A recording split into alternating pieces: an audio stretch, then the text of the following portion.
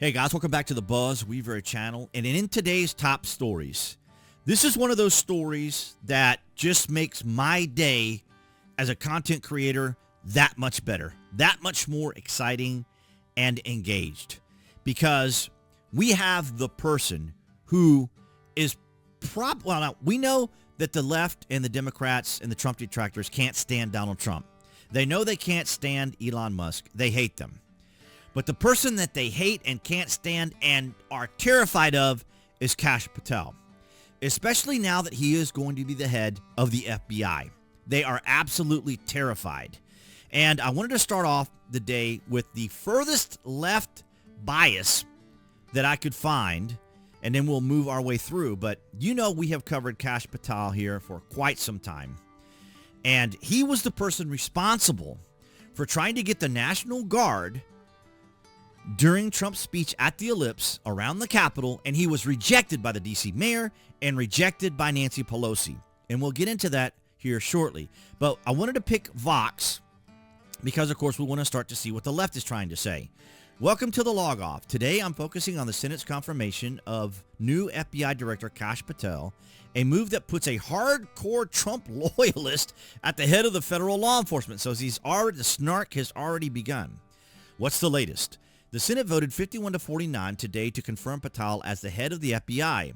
All departments of both independents voted no, as did Republican Senators Lisa Murkowski of Alaska and Susan Collins of Maine. These are rhinos. These are the establishment assets within the GOP.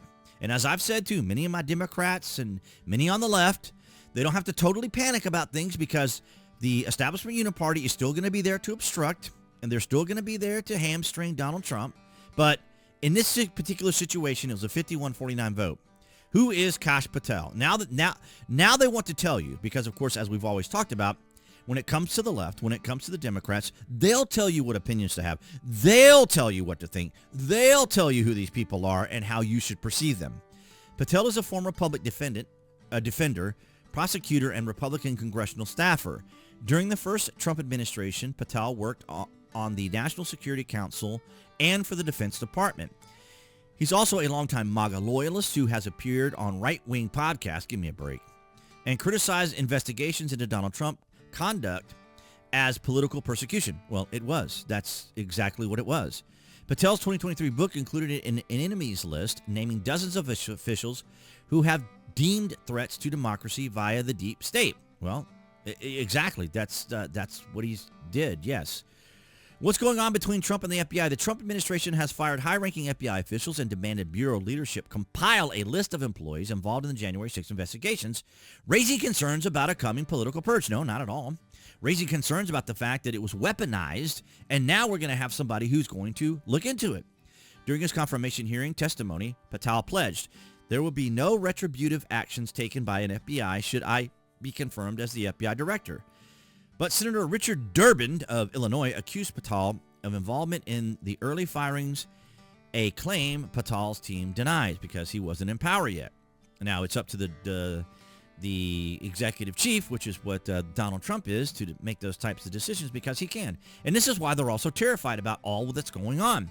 It's because now Donald Trump is the president. He is the commander-in-chief. He is also the chief executive. And this is just absolutely destroying them. Now we're going to go over here to the right here on Fox, as well as the left and Democrats define it as right. Fox News. FBI nominee Kash Patel confirmed a narrow Senate vote, as we can see here. Let's take a listen to Senator Ted Cruz is with us. Senator, well, I watched this, and I watched him literally school Dick Durbin, which I enjoyed every minute of, and Adam Schiff as well.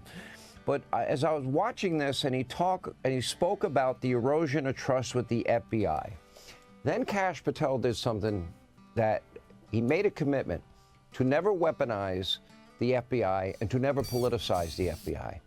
And it became very apparent to me, and tell me if this is your conclusion as well, that the Democrats are afraid that which they stood silent on and allowed to happen under their watch, they don't want to have happen to them.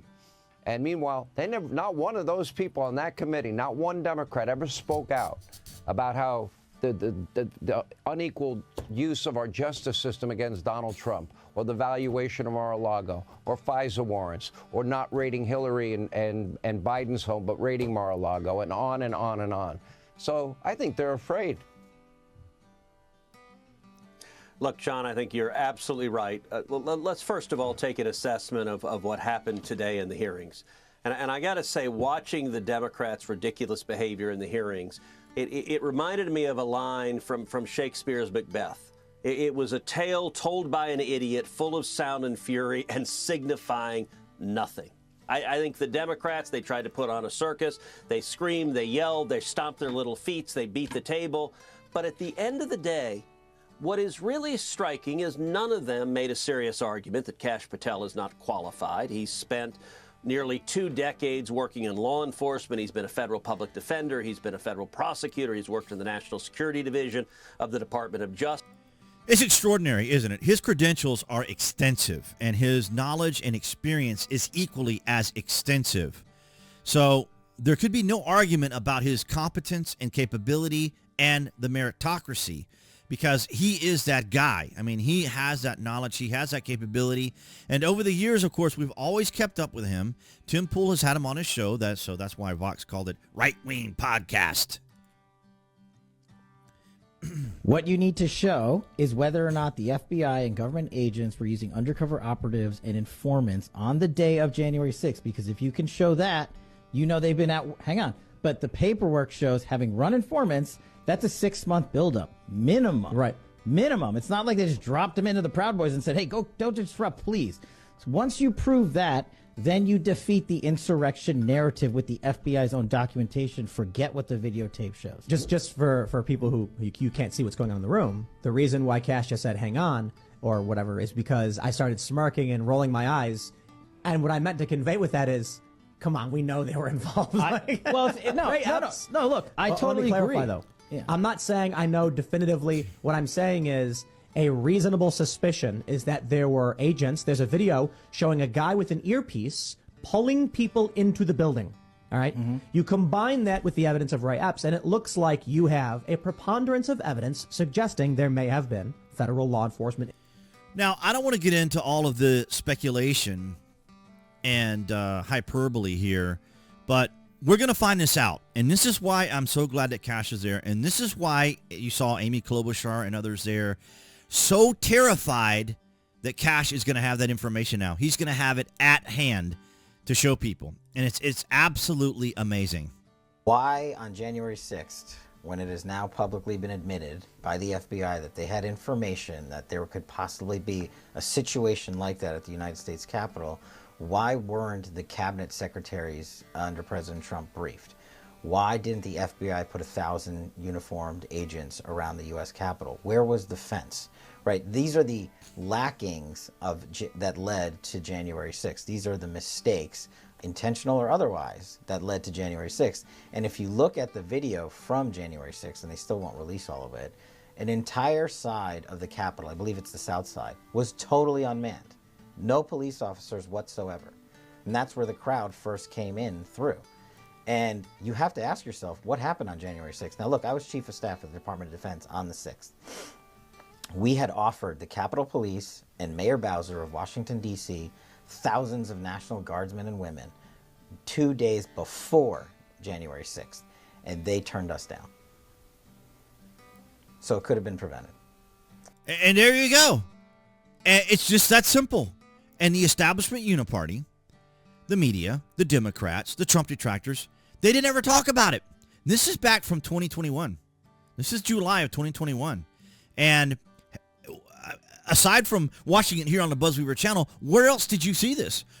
Where else in the media did you see this? Is this your first time seeing this video? It's absolutely extraordinary. Not to mention the fact that here on the BuzWeaver channel back in 8 months ago, we demonstrated that Nancy Pelosi took responsibility because, as Kash said, he requested this and it was denied. Have responsibility, Terry. We did not have any accountability for what was going on there, and we should have. This is ridiculous. You're going to ask me in the middle of the thing when they've already breached the inaugural stuff Should we call the Capitol Police? I mean, the National Guard? Why weren't the National Guard there to begin with? They thought that they had... Hey, they weren't there, you moron, because you didn't want them to be there. And the D.C. mayor didn't want there to be there. And now she's sitting here trying to explain why it didn't happen because she didn't want to take responsibility for it until now. Had sufficient No, resources. there's not a question of how they have been. They don't know.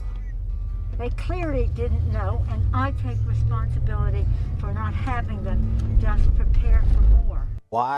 Yeah, see, exactly. And this is what we talk about now. Here's the video again that I played in there. It's absolutely extraordinary. But here's Kash explaining what the Democrats actually do.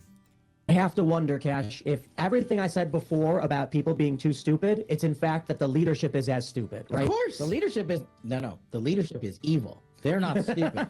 There's a distinction. Yeah. I've worked with all of these people. They are pure evil. The only thing the Pelosi's and the Schumers and the like care about in the world is being glorified in the media. That's it. What's my next headline? What's my next payday? How do I scam the stock market with my husband? How do I come out on top and be Speaker of the House for more than basically a decade?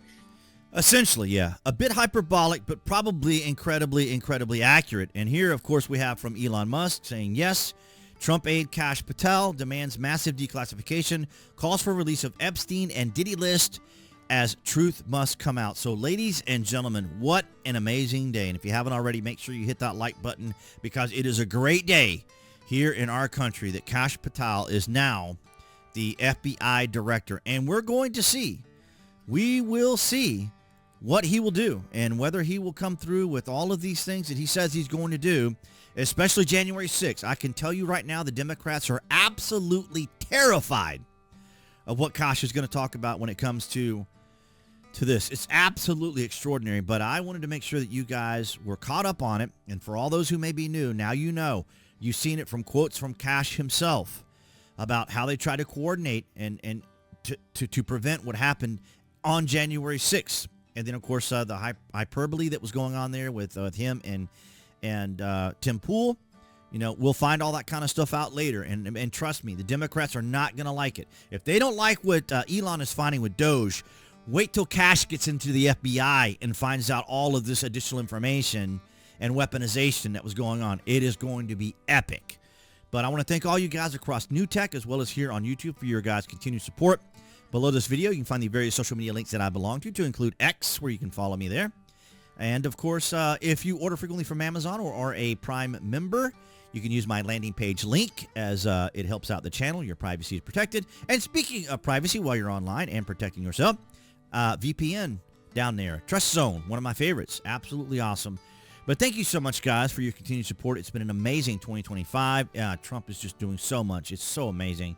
And I'm so glad to see that Kash has made it now as the director of the FBI. Absolutely amazing.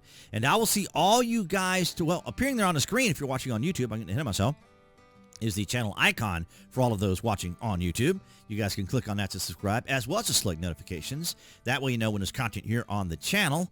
And I'll see all you guys tomorrow in the Friday vlog.